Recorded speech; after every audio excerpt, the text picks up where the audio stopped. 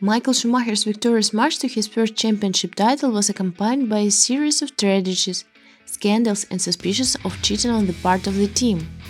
Unexpectedly for everyone, after a serious change in the technical regulation in 1994, the Benetton car seemed to be the best in the entire peloton. How did the Schumacher team achieve such success, and how honestly was it? Italian textile tycoon Luciano Benetton entered Formula 1 in the early 80s as a sponsor for Tyrrell and Alfa Romeo, but a few years later decided to go ahead and start his own team. The choice fell on Toleman, and in the very first year after changing the name to Benetton, the team celebrated success by winning the Mexican Grand Prix in 1986.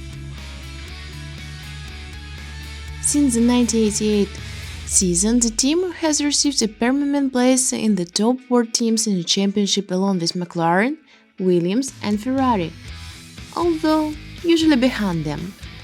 And from next year, Benetton began to take away at least one victory from this famous trinity, at least once a season. Such progress was due to the incredibly strong composition of engineers and managers, which gradually gathered under the liveries of the Benetton team. The first and rather unexpected step was the appointment of Flavio Briatore as a team leader, a man who at that time was, to put it mildly, far from motorsport. But Flavio very quickly figured out the specifics of new businesses for himself and literally immediately proved his professionalism.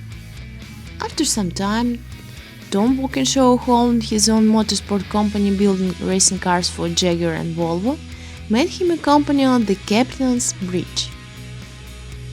It was Walkinshaw who advised him to make an effort to sign Michael Schumacher to a long-term contract. Only after one performance for Jordan at 1991 Belgian Grand Prix. Following Tom, Ross Brown came to Benetton to lead the design department and, together with Robbie Byrne, who had been with the team since the Toleman days, they formed one of the strongest design duos in Formula 1 history.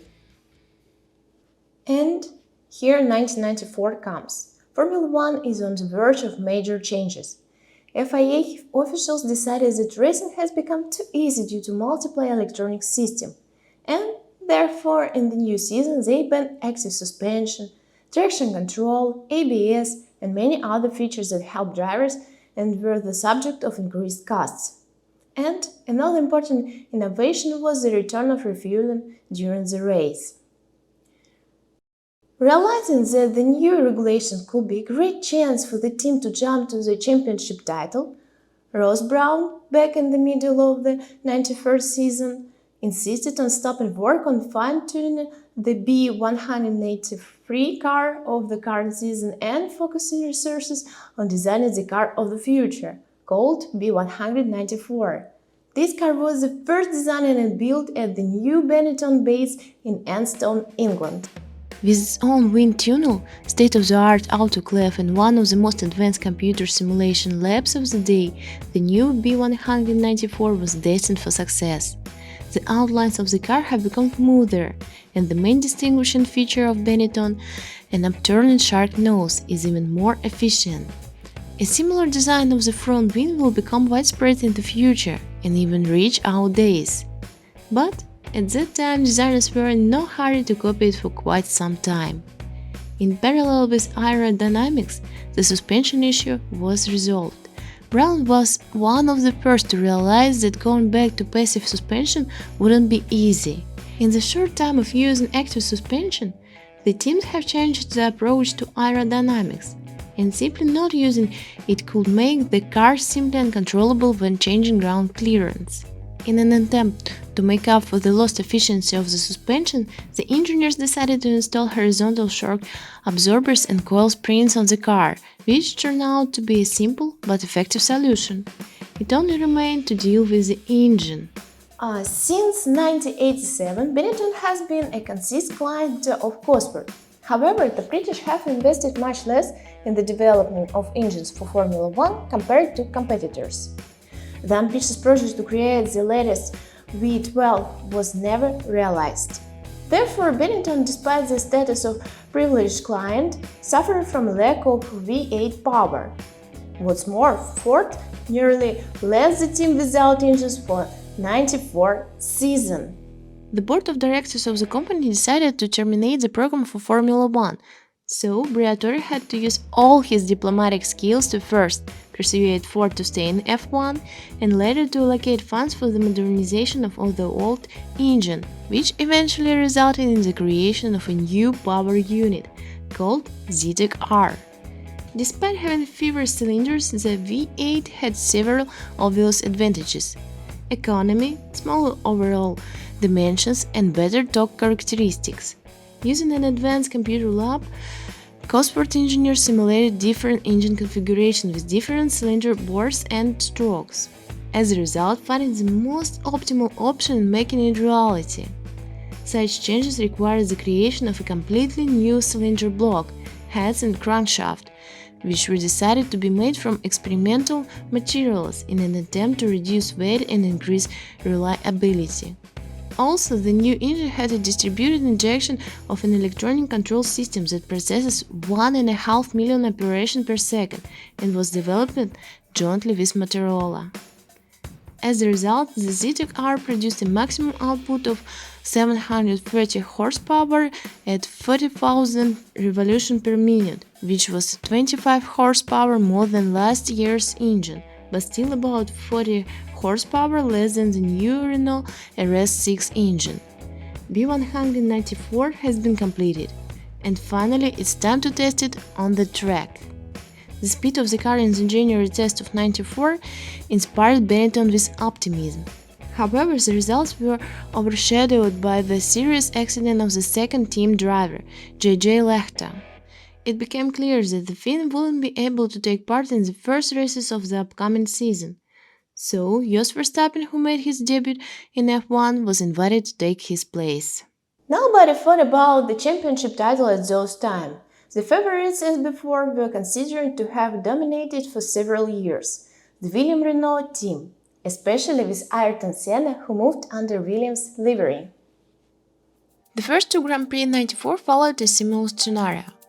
Both at home in Interlagos and at the new Japanese circuit near Ada, which hosted the Grand Prix of the Pacific, Senna started in pole position but failed to make it to the finish line, while Michael Schumacher started twice from second position and won. The fears that were seriously discussed during the winter tests were confirmed. By the beginning of the season, the teams were still unable to update their cars due to the lack of active suspension and auxiliary electronics.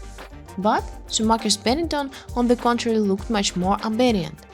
And here the first suspicions appeared that the B194 isn't as simple as it seems. Ayrton spoke openly about the presence of prohibited electronic assistance on Michael's car, but he wasn't destined to find out whether this was true or not. The next stage of the championship was the fateful Grand Prix of San Marino. After Senna's accident, Schumacher claimed a third victory ahead of Nicola Larini at the Ferrari and Mika Häkkinen at the McLaren. However, the FIA, seriously concerned about safety issues, decided to conduct additional investigation, and immediately after the completion of the race, the stewards took the source code of the engine control system from the cars of all winners of the race for examination. After several weeks of work, F1 race director Charles Whiting provided a report in which he spoke about the presence of the launch control algorithm and traction control option on Schumacher's car. But this entire program was recorded in the 13th position of an onboard computer display, which by default showed only 10 possible operations. That is, it was impossible to turn on or off this system from the cockpit without any special actions. Benetton insisted that the regulation only prohibited the use of electronic assistance and didn't provide for any sanction for simply having additional circuits in the car. And they didn't remove them because of too high complexity of this procedure, so as not to risk possible breakdowns. We wouldn't use electronic assistance. It would be too risky. We would have been caught right away. We are not such idiots. Yeah, the programs were in the code of the car, but the drivers and engineers couldn't control them. By the way, the use of launch control was also recognized in Ferrari. and McLaren was accused of using computer-controlled gearbox. But if the Scuderia went unpunished and Ron Dennis got off with a fine, the Benetton was threatened with disqualification for the entire season. The situation became political when Ford intervened, which turned out to provide extended program codes for analysis, since they were the intellectual property of the company. Now the FIA wasn't dealing with an upstart team, but with the second largest automobile concern, and as a result didn't find irrefutable arguments to take the initiative in this confrontation. The actual use of Benetton system hasn't been proven, and no sanctions have been issued. Many still have doubts about the success of Schumacher and Benetton. Yeah, already on the basis of resonance caused, comments by Jos Verstappen appeared, who supported the version with the presence of assistants on the team leader's car, and some anonymous computer specialists from the competing team, who said that there was nothing difficult in completely getting rid of old circuits in the car. But the belated words of the debutant who lost to Schumacher and the opinion of an employee of the rivals could hardly serve as the irrefutable evidence of Benetton cheating. So they were not taken seriously. But the FIA took such a blow to their reputation too personally. Many years later, in his autobiography, Max Mosley, who at that time was the president of Automobile Federation, honestly admitted how much their attitude towards Benetton had changed after that situation. Benetton and Schumacher were very lucky to get away with any funds. However, from now on, the technical delegates became monitor them very closely and punish them to the maximum even for the smallest faults. The FIA was able to clearly demonstrate their new moods regarding Michael and the company at the British Grand Prix. Schumacher was penalized with 5 seconds stop and go for overtaking Damon Hill on the formation lap. However, this decision of the referee was made only 30 minutes after the incident itself, which was contrary to the rules. Naturally, the team stood up for the driver and right during the race tried to convey to the FIA representatives that they were wrong. While there was a skirmish, Michael didn't defend his fine, for which he received a black flag, indicating a disqualification. But later it was cancelled, which was already nonsense. Schumacher arrived second, and it seems that the conflict has been settled. However, already in the next Grand Prix, held in Belgium, he only gained new momentum. Michael won a landslide victory at Spa-Francorchamps. However, already after the finish, the technical commissioners discovered that the pivot plank installed under the bottom of the car turned out to be 1.5 mm thinner than the prescribed 10. Here, it's worth talking a little about what kind of piece of wood it is. After the Black Weekend in Imola, the Formula 1 management, together with the teams, urgently tried to take measures in order to make cars safer. And one of the solutions to this problem was the installation of a wooden bar under each car, which, on the one hand, reduced the ground effect, and also forced the cars to be made higher. In order to prevent teams from making any modification to this element during the races, the bar shouldn't be worn out by more than 1 mm. Therefore, returning to the fact that Schumacher had worn out by 1.5 mm, as a result, the victory was taken away from Michael. The German suggested that he could beat the bar by driving onto the curb, which was confirmed by the video replay. But the FIA didn't seem to even try to listen and clearly stood their ground. But, apparently, in order to finally take revenge on Benetton for the damaged reputation, a meeting was held in Belgium a few days after the completion of the stage in the case of Black Flag at British Grand Prix, as a result of which Benetton was fined $500,000. Schumacher was deprived of second place at Silverstone and also disqualified for the next 2 stages. Thus, officials wanted to show that they remain the main force in Formula 1 and won't allow them to play unfair games. However, events in Hockenheim told us otherwise. On lap 15 of the race, during the pit stop by Jos Verstappen, the car went up in flames. In the course of the proceedings, it turned out that the mechanics of the teams, in order to reduce the time of refueling, removed the filter from the refueling hose. Naturally, the FIA tried in every possible way to make this fact the cause of the fire. Although, in fact, the problem was a failed valve, which was supposed to prevent fuel supply if the fuel hose wasn't inserted in the filler neck. The refueling equipment itself was the same for all teams and was supplied by the monopoly manufacturer Intertechnic. But the ban on the extracting the filter simply didn't exist, and the LaRousse team was even allowed to make it by FIA themselves. Naturally, officials denied everything. However, just like in the case of computer systems, they again didn't find compelling arguments that could prove Benetton's guilt. So, after a while, this story simply died down, and the team again didn't receive sanctions. The championship ended in Adelaide. By the last stage, the difference between Schumacher and his main rival Damon Hill was only 1 point in favor of the German. It was enough for Michael that Hill simply didn't finish the race. And to guarantee such a result, he decided to take matters into his own hands. On lap 36, Schumacher, who was in the lead, made a mistake in one of the turns, flew out onto the grass and hit the fence, damaged the suspension and steering.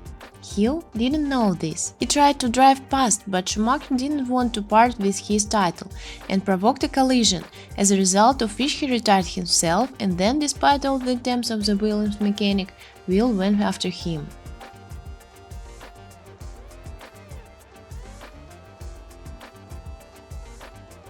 Schumacher became the champion. However, thanks to the victory of Nigel Mansell, the Constructors' Championship still went to Williams. It's funny that out of 103 Benetton points, Michael scored 92.